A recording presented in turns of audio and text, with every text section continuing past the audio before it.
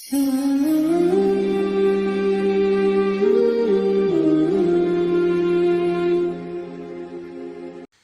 اللہ الرحمن الرحیم نحمده ونصلي ونسلم على رسوله الكريم اما بعد فاعوذ باللہ من الشیطان الرجیم بسم اللہ الرحمن الرحیم فاقرؤوا ما تیسر من القرآن صدق اللہ مولانا العظیم۔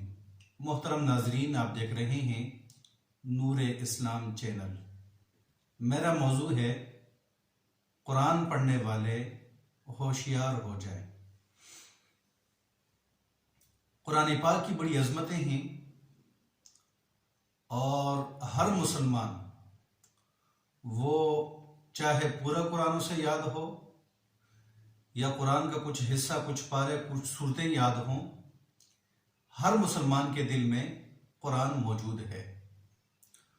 اور حضور صلی اللہ علیہ وسلم کی حدیث ہے، جس دل میں قرآن نہ ہو اس کی مثال ویران گھر کی طرح ہے، وہ ویران گھر ہے۔ تو قرآن ہر ایک کے دل میں موجود ہے، لہٰذا جو موضوع، جو چیز میں سمجھانے کی انشاءاللہ کوشش کروں گا، یہ بڑی اہم ویڈیو ہے، اسے لازمی سنیے گا کہ بحیثیت مسلمان جو ہم قرآن پڑھتے ہیں، ہم پر کون سے ایسے احکام لاگو ہوتے ہیں اور کون سے مسائل کا جاننا ہمارے لیے ضروری ہے۔ اگر تو یہ قرآن ان اسلوب کے بغیر ہم نماز میں پڑھیں تو نماز نہیں ہوگی، نماز فاسد ہو جائے گی۔ اور اگر ان غلطیوں کو ہم اپنی زندگیوں میں قصداً دہرائیں گے تو غلطیاں کچھ ایسی بھی ہیں کہ بندے کو اسلام سے خارج کروا دیتی ہیں۔ لہٰذا بڑا اہم موضوع ہے، اس کو لازمی سنیے گا۔ قرآن پڑھتے وقت ہم چند غلطیاں کرتے ہیں، تو ان غلطیوں سے بچنا چاہیے، ان کا خاص خیال رکھنا چاہیے۔ اگر خاص خیال نہیں رکھیں گے تو نماز نہیں ہوگی، اور جیسے کہ میں عرض کر چکا ہوں، اگر اس کا کوئی بندہ اعتقاد رکھے تو ایسا بندہ کافر ہو جاتا ہے۔ قرآن پڑھتے وقت یاد رکھیے کن کن چیزوں کا خیال رکھنا بڑا ضروری ہے۔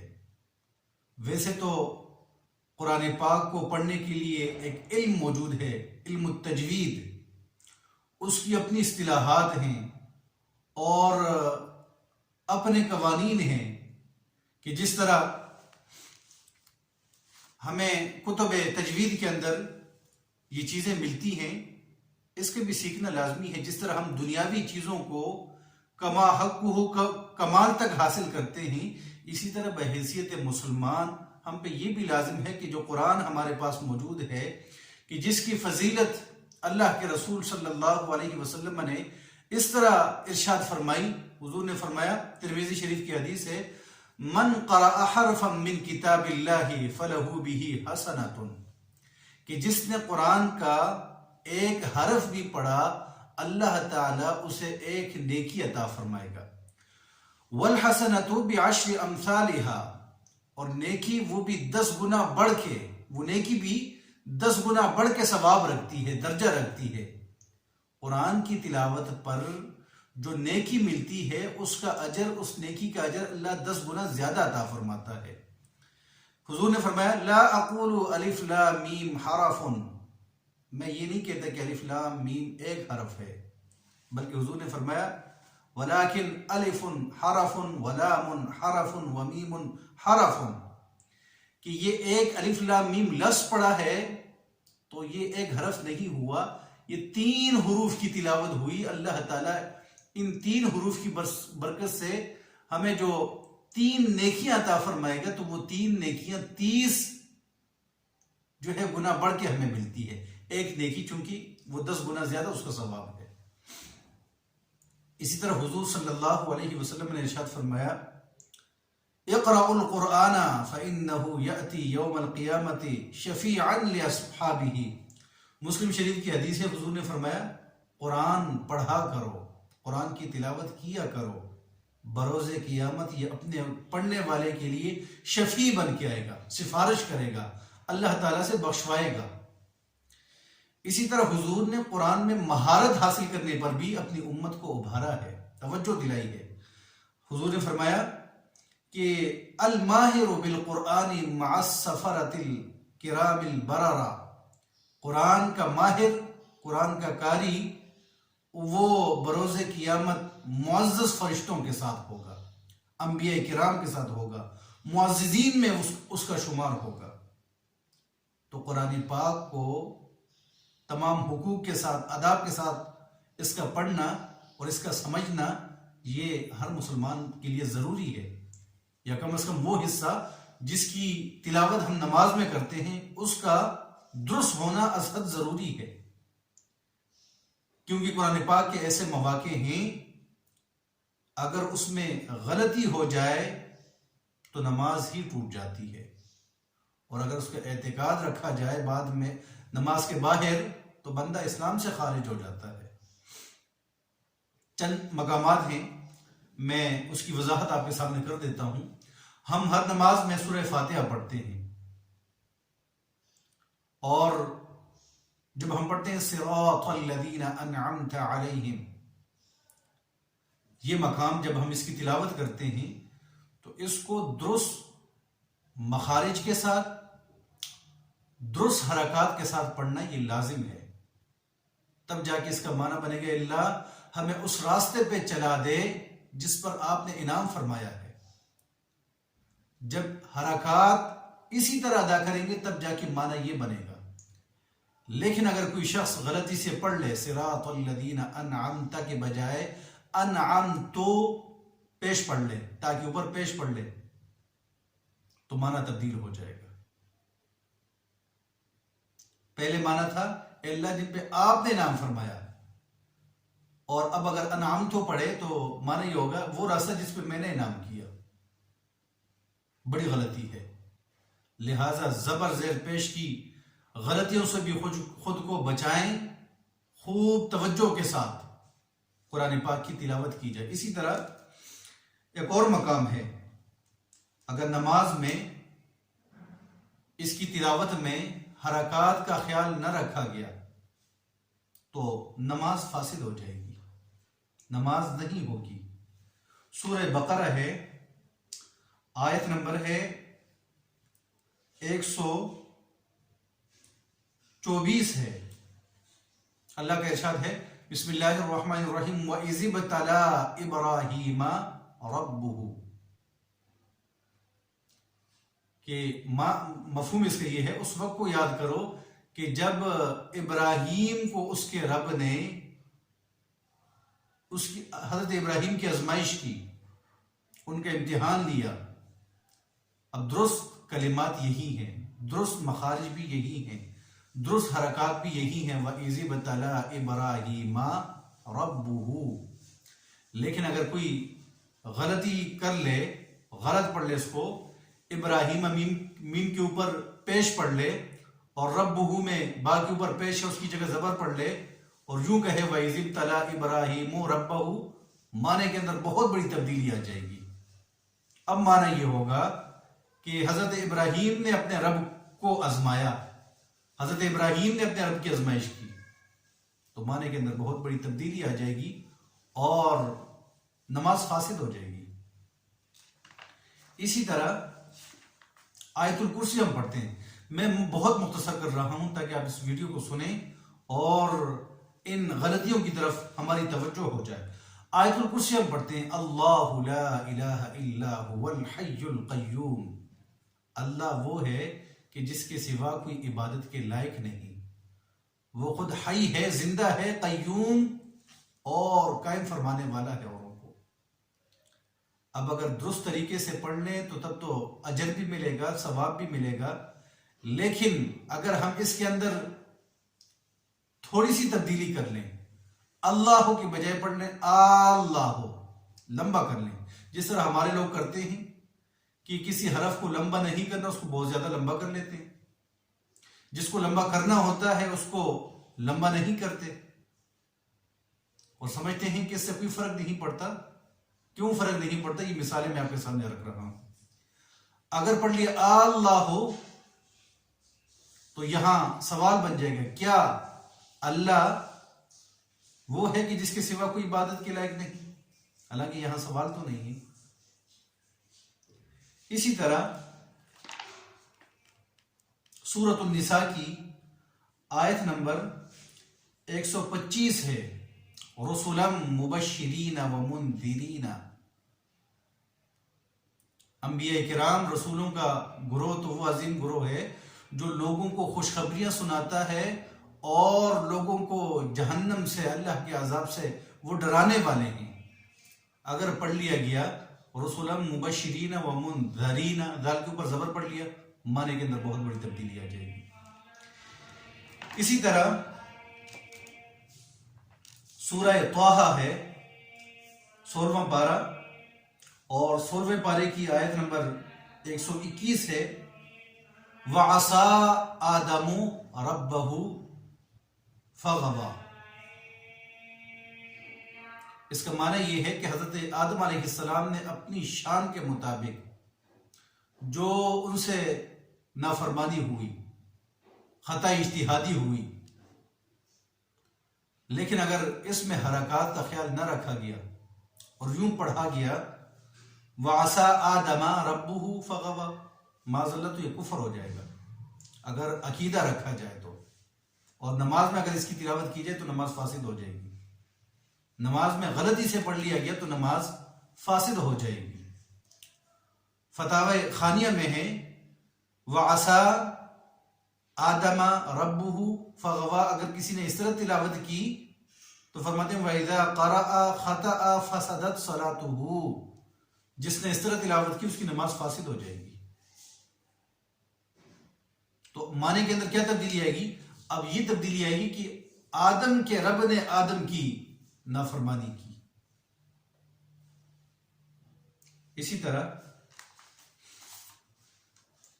دعا یونس ہر مشکل میں جو ہم پڑھتے ہیں، لا الہ الا انت سبحانک انی کنت من الظالمین، کہ مفہوم یہ ہے اللہ آپ کے سوا کوئی عبادت کے لائق نہیں اور میں تو ظالمین میں سے ہوں. لیکن اگر کنتو کے بجائے کنتا پڑھ لیا تو نماز فاسد ہو جائے گی. عقیدہ رکھا گیا اس طرح بندہ کافر ہو جاتا ہے، کیونکہ اب معنی یہ بنے گا کہ اللہ کے سوا کوئی عبادت کے لائق نہیں اور معاذ اللہ آپ ظالمین میں سے ہیں. اسی طرح بہت سارے مثالیں پیش کی جا سکتی ہیں. سورہ فاطر کی آیت نمبر 28 ہے، علماء کرام کی شان، انما یخشی اللہ من عبادہ العلماء، کہ اللہ کے بندوں میں سے علماء ہی اللہ سے ڈرتے ہیں. اگر یہاں خیال نہ رکھا جائے اور یوں پڑھ لیا جائے انما یخشی اللہ ہو، ہا کی بجائے ہو پڑھ لیا تو معنی کے اندر بہت بڑی تبدیلی آ جائے گی. اب معنی یہ ہوگا کہ اللہ ہی ڈرتا ہے، معاذ اللہ.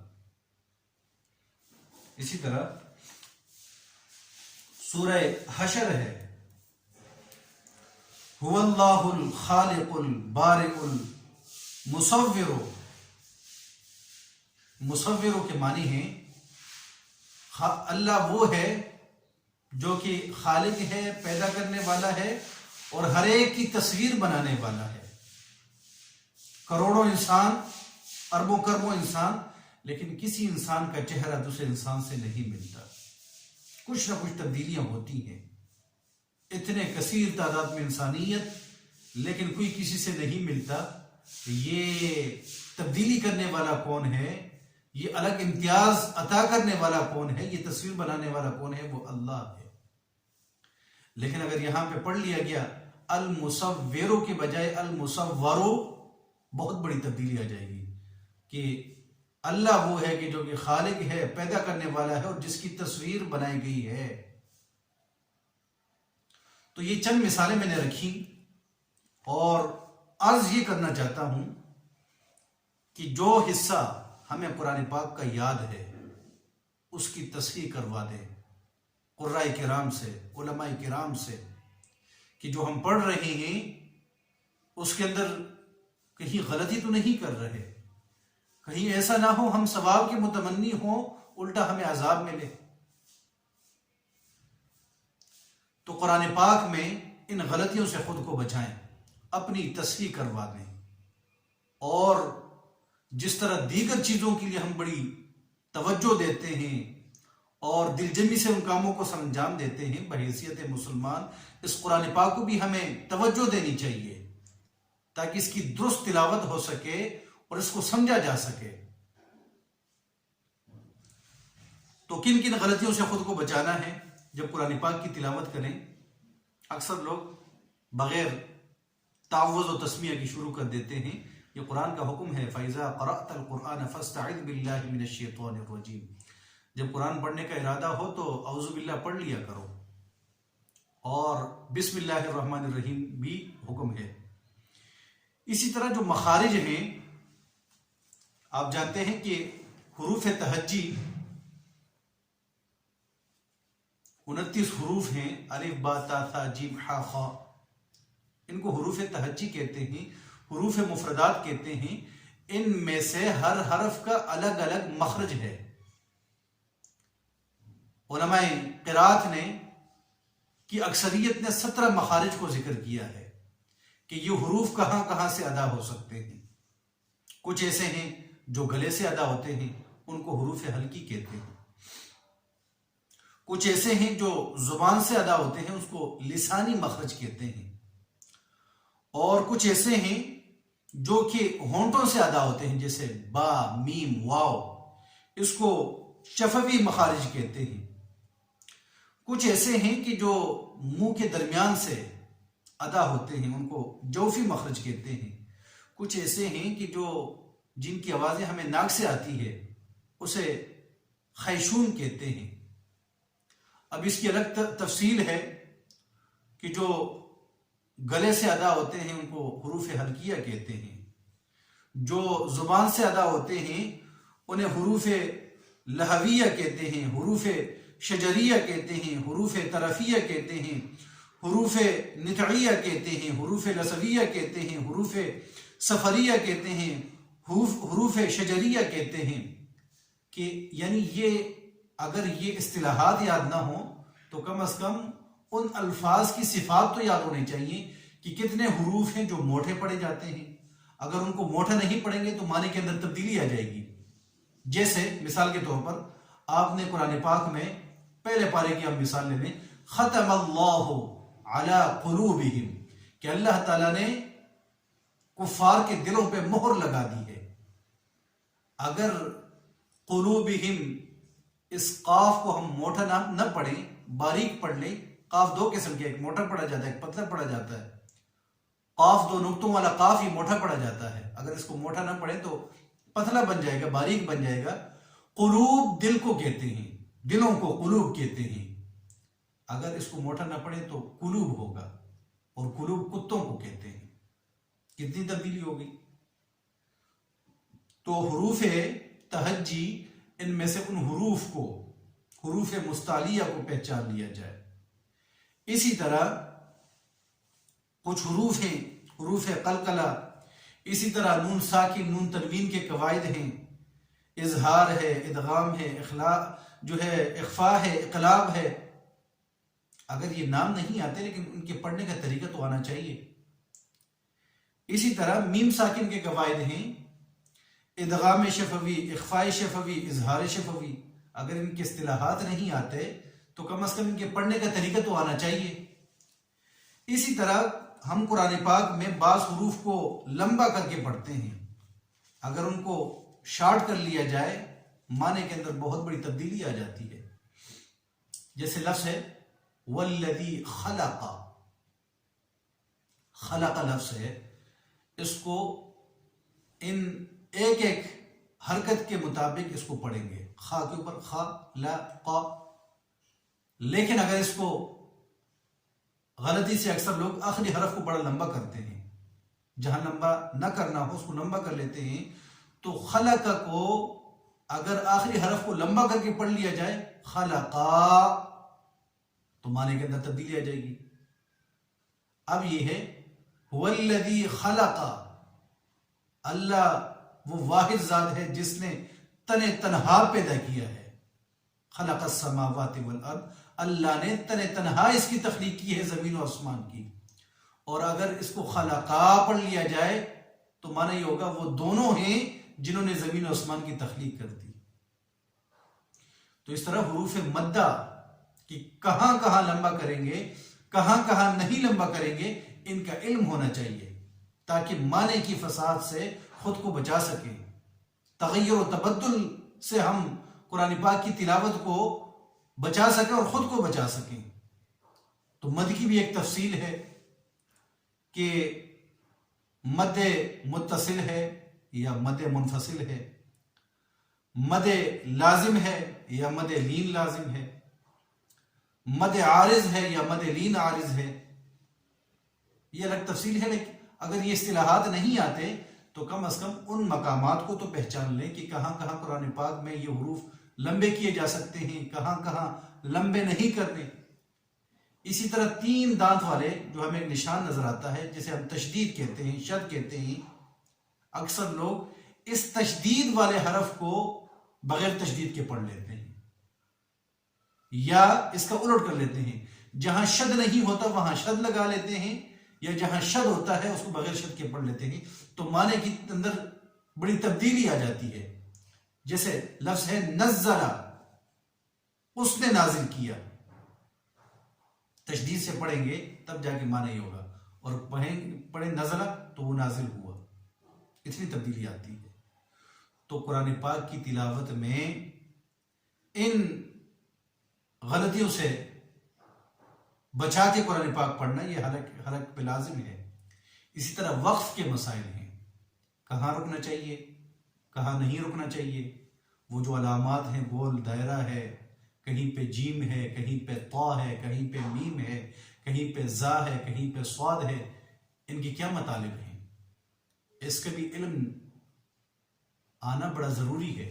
اردو میں سمجھا دوں کہ ایک لفظ ہے کہ روکو مت جانے دو، روکو مت جانے دو. اگر ہم روکو پہ جو ہے وقف کریں گے، روکو مت جانے دو، تو مطلب یہ ہوا ان کو جانے نہیں دینا، روکنا ہے. لیکن اگر یہی وقف ہم روکو کے بجائے کہیں اور کر لیں، روکو مت جانے دو، اب معنی کہیں اور گیا. روکو مت جانے دو، اب معنی یہ ہو گیا کہ ان کو جانے دیں. تو وقف کے مسائل کا علم بھی بڑا ضروری ہے. اس کے اندر بھی معنی کے اندر بڑی تبدیلی آ جاتی ہے.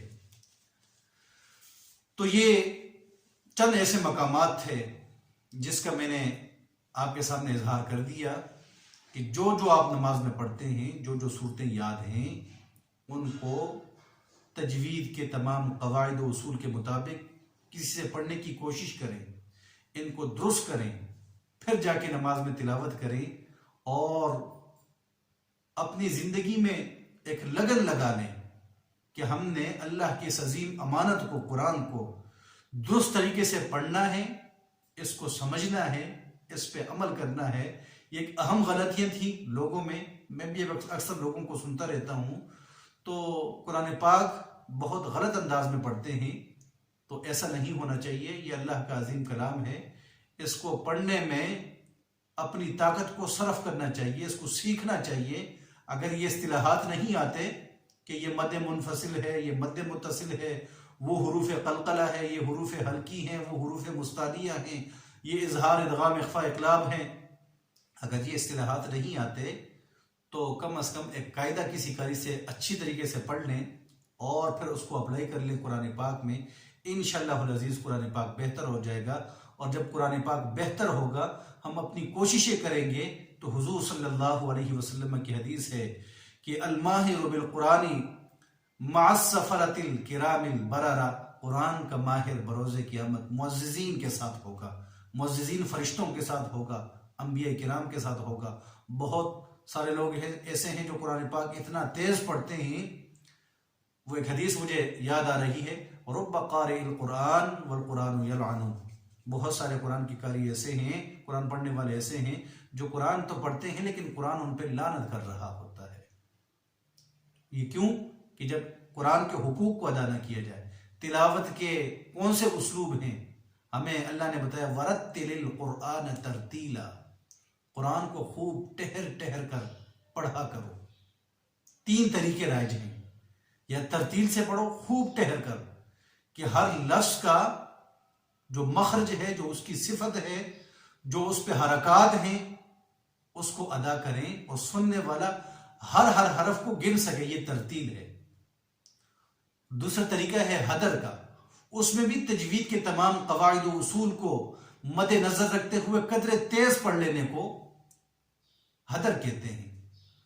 اور تیسرا طریقہ تدویر ہے، ان دونوں کے درمیان، نہ بہت سلو نہ کچھ تیز، درمیان میں۔ ان 3 طریقوں پر قرآن پاک کی تلاوت کیا کریں، یقیناً اللہ تعالیٰ کی رحمتیں نازل ہوں گی، برکتیں نازل ہوں گی، قرآن پاک کے فیضان سے ہمارے قلوب اذہان منور ہو جائیں گے۔ اللہ تعالیٰ سے دعا کرتا ہوں کہ اللہ تعالیٰ مجھے بھی اور ہم ساروں کو اس پر عمل کرنے کی توفیق عطا فرمائے۔ اگر آپ چاہتے ہیں کہ کسی اور مسلمان کی بھی اصلاح ہو جائے، اس کے بھی معاملات درست ہو جائیں، وہ بھی قرآن پاک کی طرف متوجہ ہو جائے، ضرور اس چینل کو سبسکرائب کریں اور دوستوں کے ساتھ شیئر کریں۔